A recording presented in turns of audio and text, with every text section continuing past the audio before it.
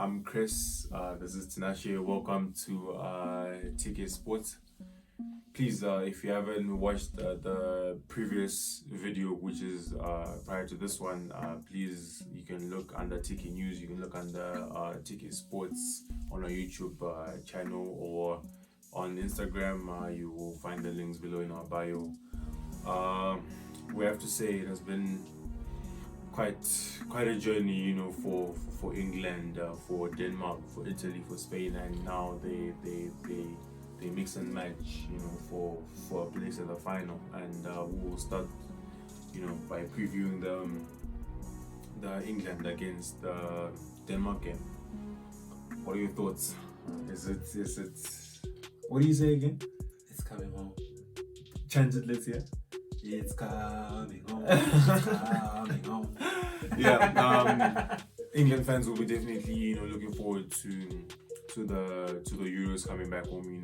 I'm sure it will be a jump in London, Manchester, and all those big cities in England if it does come home. But we have to say Denmark would definitely not allow that to happen. They will be putting up their own fight after Christian Eriksen had cardiac arrest. They've looked to have a lot of momentum, have a lot of passion, as we said in the previous show. And Dolberg, Delaney, Schmeichel, all of those players, key players within the squad, Braithwaite, look very sharp. The whole squad looks well gelled up, and the passion is going up. So we'll start by just exploring how Denmark can exploit England come the same. I don't know, Chris, the way you're talking about this, it's as if you're trying to convince yourself that maybe Denmark have a chance. No, actually, Do you believe they have a chance? I don't. Honestly speaking, I don't. we can, if we just judge by the momentum that they have right now, they look to put up a fight. But I would also say there is a chance, class and better quality players and a better a squad that's looking to now continue scoring goals. Kane is looking in the mood right now. Shaw is becoming the Roberto Carlos for the English, and it's gonna be a tough ask between both teams. Whoever who gives the most for me that day is gonna run out victors. Yeah, and I also agree with you, because it's very difficult to support England and not be very pessimistic, because England will just win, will play so well in a previous game so that they can just disappoint you when it matters most. So I still have a little bit of that. Maybe we just suck versus Denmark, then we go out. It happens to England very much. We've been through so many heartbreaks because of that. But at the same time, just the way Gareth Southgate and the players, I don't know, whatever has happened to this team, it gets you believing that this is the moment. Yeah. We are now in a very, very good moment. The way we won versus Ukraine was, of course, Ukraine is a smaller team as compared to England, but the professionalism in the performance was very pleasing. The performance was exactly. I have to say it was a 10 out of 10 for me. They took all their chances. They did not leave any chance for dead. Kane looked extremely sharp for me. So that's what we need now. I don't know about the starting lineup that's gonna play. Is he gonna keep Sancho in, or is he gonna make changes and all that? But I really liked what I saw from Sancho. I would like him to start again. I don't know about the number 10 spot. If I make a case for Mason Mount, it becomes about this Chelsea thing. But I do believe he tried. He did well. He did some things well. I don't know if maybe Grealish is gonna come into that number 10 spot and start, or he's gonna be off the bench again, maybe to make the difference. If the game, let's say it's 60 minutes and it's still 0-0, you put on Grealish to try and change the game. The squad that started with Mount and the introduction of Mount and Sancho, for me, Yes. helped England to be very fluid for me. The ball yesterday was not just being passed around, without intent. It was passed with purpose. Every time Sterling got the ball, it was positive, taking on players, cutting on the inside or go on the outside. Put the ball in the box. Shaw had the legs to keep on overlapping yesterday, and for me, he played quite well. So I think for me, probably go with the same squad, you know. Yeah. But as soon as he notices that changes are imminent, Alright. he needs to make them quick. Grealish, fantastic talent off the bench. Bellingham can also come in, and Henderson. So the depth for me is there. Trippier as well. If they're not going to focus on putting the ball in the box, putting Denmark under pressure, trying to pin them down, they have options to win this game. So I wouldn't be shy to say England might run away. Not comfortable, but probably comprehensive 2-0 wins. Right, I see. Yeah, because I'll look at England.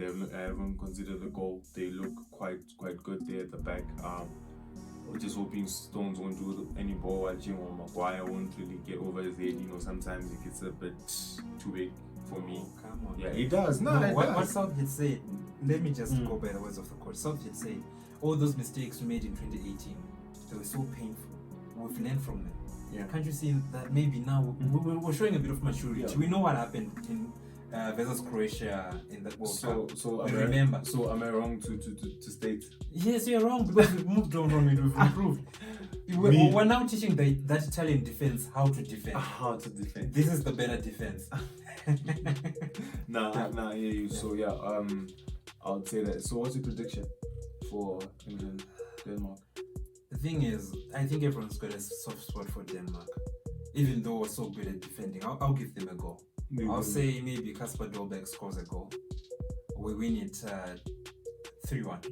3-1, yes. Alright, no, okay, great. I was going with the defense, so yeah. Then we move on to the next game. Has to be the best passes of the ball in the Euros, actually. Yeah, both teams play possession-based football, definitely. Spain looked to dominated a lot, in the midfield. That 4-3-3 is well drilled, and Italy, same formation as well, but you look to do a lot of rotations, on the wing. So it'll be an interesting watch. I would say. Is Busquets gonna win the challenge against Jorginho? Is Verratti gonna face up to Pedri? It's gonna be, for me, a challenge of who can take their chances better and who can finish off the game in the least amount of time. So yeah, I would just rush into my prediction, honestly, before we started everything. I'm so excited for Italy. I'll give them a good 3-1 win, based on the fact that Spain won't finish. Italy will finish. Yeah, I agree with you that Spain won't finish, but I don't understand how you're giving them a goal. I don't think they'll be able to score this Italian defense. They won't score a goal against this Italian defense. My best bet is Italy, when they do defend with quite a lot of numbers at the back, yes. and on transition they do take a lot of time. So if the game does get to a point where it opens up, and probably Spain have quality on the counter or something, I have a feeling. But who's gonna give them that quality on the counter? Morata. Probably, yeah. I mean, obviously, you said I shouldn't look down on the boy, so I am giving the boy an edge. Just a bit. So yeah, I'll definitely stick to that 3. It has to be 3-1 for me. To the Italians. I'm just gonna go 2-0. 2-0. Yeah. And maybe Immobile will score this time. I don't know. Yeah. I don't know if you're advocating for him to start or he should go on the bench. Should he keep his place? No. He has to keep his place. For me, Velotti. Yeah. No. There's a difference in quality. No. There's a huge difference in quality. I would go to Immobile, but from the last game he played, I think it would be very clear to say he has to share the ball, a bit more. Against Belgium, he had a lot of times where he got the ball at feet, but wanted to turn and strike it. In a 3-man defense, they would have been well drilled that every time he gets the ball, he's very sharp on the turn. So one man to cover on him. Because every time he got the ball, you noticed 2 men came onto him, and every time he tried to get the block, one is holding him down, the other one is blocking the shot. I actually wanted to ask, because I think Immobile is under a lot of pressure because, of course, Italy have had great strikers in the past and everything. There's always that maybe sort of doubt against him every time he plays for the national team because his performances for the national team aren't as good as for that other team, Lazio. Yeah. So is it because was he trying to be too greedy to maybe try prove doubters wrong that I can score or something like that? Whereas he could have gone out, gone about it a different way by just passing the ball. If he's, he sees he's got 2 markers, let me just give the ball to Barella or something like that. Was that the case? Was that the problem? I think it was the pressure, yes, because if we notice, if we look at, let's say, like Balotelli, that time in 2012, he finished the job, one man, okay, but at that time, that was that squad. Right now, they have players around them where if they share the ball, they can cause more damage. Because I'll tell you, for a period of, these are the 4 touches I do remember. Had 4 touches in the box. There's a clear layoff for either Barella or maybe to put the ball on the wing or something. But he's trying to swoop around the defender and shoot, and that didn't really work for Italy. They could have opened up, I think, Belgium a bit more if Chiro in those positions had managed to share the ball. But yeah, we'll see how he plays. If he can grow or stay on the same level, come to some time. So that's for Chiro Immobile. He should just pass the ball a little bit better. Yeah, Chiro, just talking to you. Yeah, you hold it up. Attacking position is 100%. Hold up plays 100%.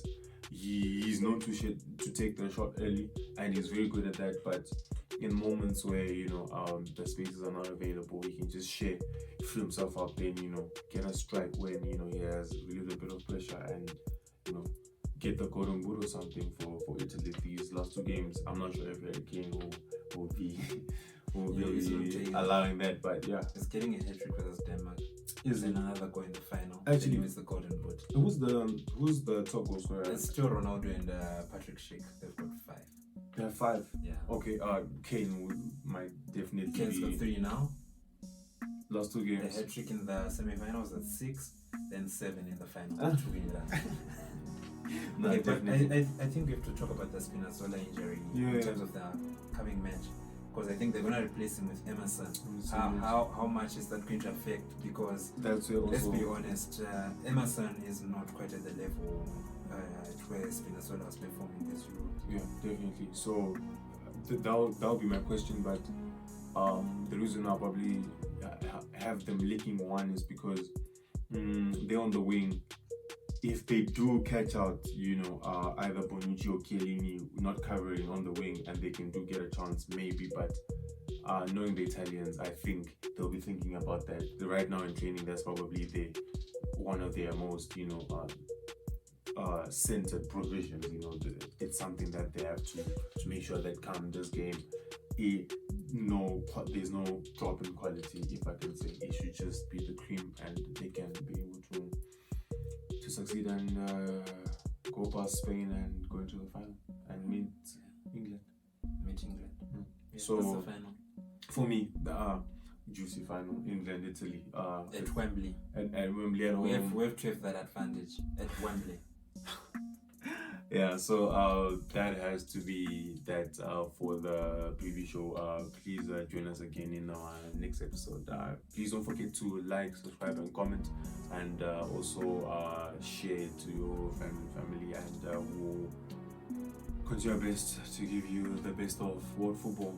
So thank you for joining us. Ciao. Thank you for watching TK Sports. For more awesome content from this channel, please subscribe. And also engage with us on our social media platforms down in the description below.